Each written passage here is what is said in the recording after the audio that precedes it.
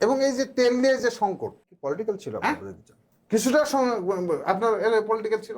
আমি এখানে কিরকম ঢুকতে চাই, মানে না, আমি একটু শুনি কিরকম, মানে এটা পলিটিক্যাল বিভিন্ন অনেক আমার কাছে যেটা ইনফরমেশন যে যারা বিরোধী দলের অনেক সমর্থকরা এভাবে যারা লাইন তৈরি করছে তেল নিচ্ছে আবার জামাত ইসলাম। হ্যাঁ অবশ্যই জামাত ইসলাম, এখানে জামাত ইসলাম ছাড়া তো আবার আওয়ামী লীগের লোকজন যে বাংলাদেশের মধ্যে নাই তা তো না। সকল এমপিরা যদি একইভাবে যদি কাজগিরি করতো তাহলে আমাদের আরো একটু সংকটটাকে দেখেন, আর দ্রুত সময়ের মধ্যে কিন্তু এই সংকটও কিন্তু কাটাই ফেলছে। সমসাময়িক পরিস্থিতি নিয়ে দেশের এই বর্তমান প্রেক্ষাপট নিয়ে আপনি কিছু প্রশ্ন করেছেন, আর আমার ভাইও কিছু কথা বলেছে। আসলে বাস্তবতাটা হচ্ছে কি যে আমাদের বর্তমান দেশে বড় একটা সংকটকালীন টাইম এই সরকার পার করছে। প্রথমত হচ্ছে যে এই 17 বছরের সরকারের বাংলাদেশের বিভিন্ন জায়গাতে যেভাবে আপনার করাপশন দুর্নীতি হয়েছে, স্বজনপ্রীতি হয়েছে, দলীয়করণের মাধ্যমে যেভাবে মানুষকে নিয়োগ দেওয়া হয়েছে, এই সমস্ত জায়গায় গেলে এখনো অধিকাংশ জায়গা আমার কাছে মনে হচ্ছে এখনো সেই 17 বছরের যারা দোষর তাদের নিয়ন্ত্রণে আছে সরকার এখনো। কারণ সরকার আপনার সবেমাত্র 2 মাস পার করছে। 17 বছরের এই সেট আপ আপনার এক রাইতে একদিনে পরিবর্তন করতে পারবে কোনো সরকারই পারবে বলে আমি মনে করি না। তারপর আপনাকে বুঝতে হবে যে এখানে কিন্তু আপনাদের একজন মন্ত্রী স্পষ্টভাবে বলেছে যে গত 2.5 মাসে যেভাবে সরকার চলেছে সেটা বা যে উন্নয়ন হয়েছে সেটি গত 17 বছর থেকেও ভালো উন্নয়ন হয়েছে। আমি আসতেছি সে জায়গাতে। তো এখন সরকারের প্রধানমন্ত্রী আপনি দেখছেন যে উনি একবারে আন্তরিকতার সাথে এবং সিনসিয়ারিটির সাথে এবং সময় মতন চেষ্টা করছে আন্তরিকলি এই কাজগুলি করার, কিন্তু অর্ডার তো দিবে উনি, বাস্তবায়নের জন্য তো আপনার সরকারের অর্গানগুলি কাজ করবে।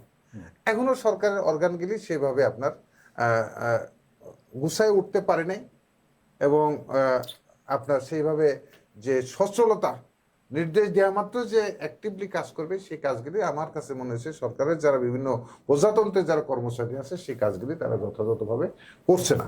বরঞ্চ কৌশলে আমি দেখছি যে বরঞ্চ আওয়ামী লীগকে ফ্যাসিবাদের লোকদেরকে প্রতিষ্ঠা করার জন্য এবং তাদেরকে ম্যানেজ করার জন্য যা যা করার তাই করছে। যেমন ধরেন আপনার এখন চাকরিতে যখন আওয়ামী লীগ ছিল ক্ষমতায় তখন কোনো নিয়ম কানুন ছিল না, এখন বিভিন্ন নিয়ম তারা অফিসাররা দেখাচ্ছে। আপনার বিভিন্ন জায়গাতে যে টেন্ডারগুলি হচ্ছে এই 17 বছরে তো আসলে আওয়ামী লীগের লোকের কোনো লাইসেন্স, বিএনপি লোকের কোনো লাইসেন্সও নাই, বিএনপি লোকের কোনো কর্মকাণ্ড করতে পারে। এখন আবার যাতে বিএনপি ঘরানার যদি ব্যবসায়িকরা যাতে ব্যবসাতে পার্টিসিপেট না করতে পারে, ওই আওয়ামী লীগের আলাদাই যাতে পার্টিসিপেট করতে পারে সেইভাবেই তারা আমলারা বিভিন্ন জায়গায় শর্ত দিয়ে মন গড়া শর্ত দিয়ে এই টেন্ডার প্রক্রিয়াগুলোকে আপনার তাদের ব্লক করছে যাতে নতুন সাধারণ মানুষরা যেত ব্যবসায়ীতে অংশগ্রহণ না করতে পারে। এটা বিভিন্ন মন্ত্রণালয় কিন্তু মানে ঘটছে। আমি যদি বলি জনাব টিপু, আপনি এই সরকারের অধীনে বর্তমান কোনো বা নিয়ন্ত্রণে কোনো কিছু নাই, তাহলে আপনার কথা না নিয়ন্ত্রণে নাই আমি বলবো না। নিয়ন্ত্রণ যেহেতু 17 বছর যে সরকারের একটা প্রশাসন তো নাই আপনার হিসাবে যদি না, আমি নাই আমি বলবো না, সে ছিল না, কিন্তু সরকার চেষ্টা করছে এটাকে নিয়ন্ত্রণ আনা। হয়তো বা আরেকটু সময় দিলে তার সরকার অবশ্যই এটাকে নিয়ন্ত্রণ নিতে পারবে। প্রাইম মিনিস্টারের যে আন্তরিকতা আছে বা প্রাইম মিনিস্টার যে কাজটা করছে তাতে আমার কাছে মনে হচ্ছে খুব শর্ট টাইমেই এই প্রক্রিয়াগুলো একটা সমাধানের দিকে যাবে। এখন আপনি আর একটা যেটা বিষয় হচ্ছে যে সরকারকে আরো 2-3টা জিনিস চ্যালেঞ্জ মোকাবিলা করতেছে। এক্ষেত্রে ক্ষমতায় বসার সাথে সাথে ধরেন এই প্রশাসনের এই যে ফ্যাসিবাদের যে দোসরদের যে অবস্থান সেখান থেকে অসহযোগিতা পাওয়া, আজকে আওয়ামী লীগের যে সারা দেশে যে তাদের অর্থনৈতিক ব্যবস্থাগুলি তো এখনো আওয়ামী লীগের নেতাদের হাতে, কারণ এই দেশে 17 বছর ব্যবসা করে হাজার হাজার কোটি টাকার মালিক হচ্ছে আওয়ামী লীগের লোকরা। এখন তাদেরকেই ধরেন যে বসুন্ধরার মালিক আপনার একসময় বক্তৃতাই বলছে যে শেখ হাসিনার অনেকবার দরকার, সারা জীবন দরকার, এখনো ব্যবসা বাণিজ্য তো তাদের কাছে আছে। তাহলে আপনার এই দ্রব্যমূল্য বাড়া বা ইয়াকে কমানো তো এটার পেছনে, তাহলে সেক্ষেত্রে আপনাকে আমি একটা জিনিস বুঝতে পারছি না, তার মানে গত 2.5 মাসে কি ধরনের পদক্ষেপ এই সরকার নিয়েছে? আপনি বলছেন সে আগের মতো প্রশাসন যেমন আছে, আপনার কথা আগের ব্যবসায়ীরা ব্যবসা করছে। আমি আসছি, আমাকে বলতে দেন। তারপর ধরেন এর মধ্যেই আপনার আহ, একটা এই বিশ্বে এই যে ইরান আমেরিকা ইসরায়েল যুদ্ধে একটা সংকট সৃষ্টি হয়েছে। এই সংকটের মধ্যে কিন্তু দেশের আহামরি কোথাও কোনো কিন্তু দ্রব্যমূল্য যে হারে বাড়ার কথা সে হারে কিন্তু বাড়তে দেয়নি সরকারের আন্তরিকতা এবং সদিচ্ছার কারণে। এবং এই যে তেল নিয়ে যে সংকট, এই তেল নিয়ে সংকটেও তো আমাদের দেশের অনেক রাজনৈতিক বোদ্ধারা কিন্তু এদের সাথে জড়িত। আজকে যখন তেলের লাইনে গেছে দেখা যাচ্ছে যে তেল একবার নিয়ে তেল নিয়ে আবার ঘুরে এসে পিছনে দাঁড়াচ্ছে, আবার ঘুরে এসে ওই গাড়ি ঘুরে এসে পিছনে দাঁড়াচ্ছে। এটা বাংলাদেশের মানুষের সকলের দায়িত্ব ছিল না এই সমস্যার সমাধান করা, তারা এই কাজ করছে। এবং অনেক জায়গায় দেখা গেছে এটা কোনো না কোনো রাজনৈতিক দলের করবেও। এবং এই জায়গাগুলোতে আমি মনে করি যে যারা জনপ্রতিনিধি হয়েছে, বিশেষ করে যারা এমপি হয়েছে, 300 জন এমপির জায়গাতে যারা সরকার প্রধান যেমন করছে এবং এই তেলের দায়িত্বপ্রাপ্ত মন্ত্রীরা যেভাবে আন্তরিকভাবে কাজ করছে, আমাদের সকল এমপিরা যদি একইভাবে যদি কাজগিরি করতো তাহলে আমাদের আরো একটু সংকটটাকে কিন্তু দেখেন আর দ্রুত সময়ের মধ্যে কিন্তু এই সংকটও কিন্তু কাটাই ফেলছে। এখন আর তেলের লাইন নেই। লাইন কি পলিটিক্যাল ছিল হ্যাঁ? কিছুটা আপনার পলিটিক্যাল ছিল। আমি এখানে কিরকম ঢুকতে চাই। মানে না, আমি একটু শুনি কিরকম, মানে এটা পলিটিক্যাল বিভিন্ন অনেক আমার কাছে যেটা ইনফরমেশন যে যারা বিরোধী দলের অনেক সমর্থকরা এভাবে যারা লাইন তৈরি করছে তেল নিচ্ছে আবার জামাত ইসলাম। হ্যাঁ অবশ্যই জামাত ইসলাম। এখানে জামাত ইসলাম ছাড়া তো আবার আওয়ামী লীগের লোকজন যে বাংলাদেশের মধ্যে নাই তা তো না, সব আওয়ামী লীগের লোক চলে গেছে তা তো না, সবাই মিলে। এবং দেখেন দ্রুত সময়ের মধ্যে কিন্তু সরকারের সদিচ্ছা থাকার কারণে কিন্তু এই তেলের সময়টা এখন আর কিন্তু লাইনটা নাই। এবং আপনার আহামরি সরকার সর্বোচ্চ পরিমাণ জামাত ইসলাম সরে গেছে, হ্যাঁ জামাত ইসলাম সরে গেছে। এখন দাম বাড়ায় দেয়। এখন ধরেন না দাম আর কতটুকু বাড়ছে, সারা বিশ্বের যে দাম আছে দামে অন্যান্য দেশের যে তেলের দাম সেই পরিমাণ তো বাংলাদেশের দাম এখন কম আছে। তো আমি সেখানে বলছি যে সরকারের সদিচ্ছা থাকার কারণে আপনার এই স্বল্পতম সময়ের মধ্যে কিন্তু এই তেলের সমস্যাটার একটা সমাধান আমরা সরকার করতে পারছে। এবং যে হারে জিনিসপত্র দাম বাড়ার কথা ছিল সেই হারে কিন্তু দাম বাড়ে নাই।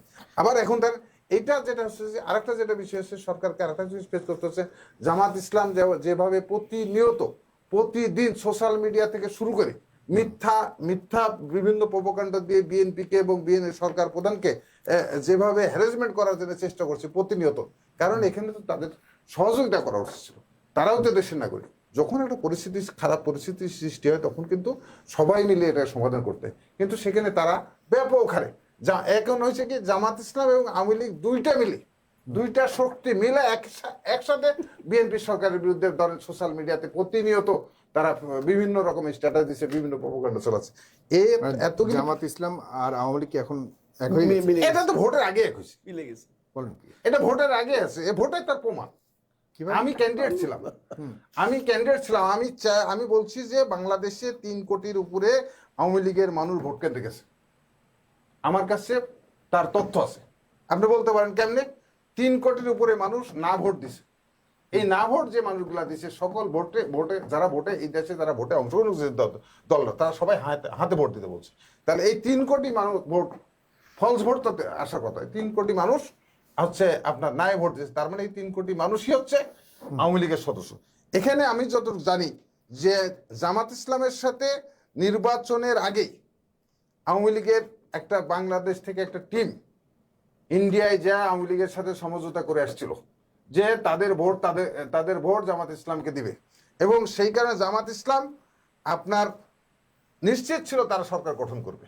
কিন্তু এর মধ্যে আবার একটা অংশ বিক্রয় করছে হচ্ছে তারা আবার ধানের শীর্ষের দিকে। কারণ আমি ক্যান্ডিডেট ছিলাম যে অঞ্চলগুলি মুসলমান আওয়ামী লীগের সংখ্যা বেশি সেখানে দেখছি দাড়িপাল্লা ফার্স্ট হয়েছে, যেখানে হিন্দু আপনার উদ্দেশিত এলাকায় এই অঞ্চলগুলোতে ধানের শীষ ফার্স্ট হয়েছে। আমি ক্যান্ডিডেট ছিলাম জায়গা থেকে বলতেছি, আমার এলাকার ভোটের রেশিওতে আমি থেকে এবং শুধু তাই না পাশাপাশি অন্যান্য সকল জায়গাতে দেখেছি যে এখানে জামাত ইসলাম এবং আওয়ামী লীগ আসলে ওইভাবেই সমর্থন দিয়েছে, তো তাহলে তো এবং ওপেন সমর্থন ক্ষমতা যাওয়ার কথা, নট জামাত ক্ষমতা যাওয়ার কথা, জামাত যেত তো হিন্দু ভোটটা যদি ভোট করে নাও যেত তার জামাত ক্ষমতা যেত।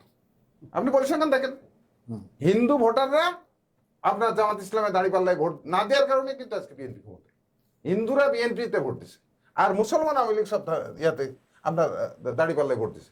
যার কারণে যদি তা না দিত বাংলাদেশের এখনো এই অবস্থা হয় নাই, জামাত ইসলাম 31% ভোট পাওয়ার অধিকারী দল এখনো বাংলাদেশে হয় নাই। জি। তো এখন ওই সমঝোতা তো 96 সালেও ছিল, এই সমঝোতা তো 86 সালেও জামাত আওয়ামী লীগের সমঝোতা ছিল, এদের সমঝোতা তো বারে বারে ছিল।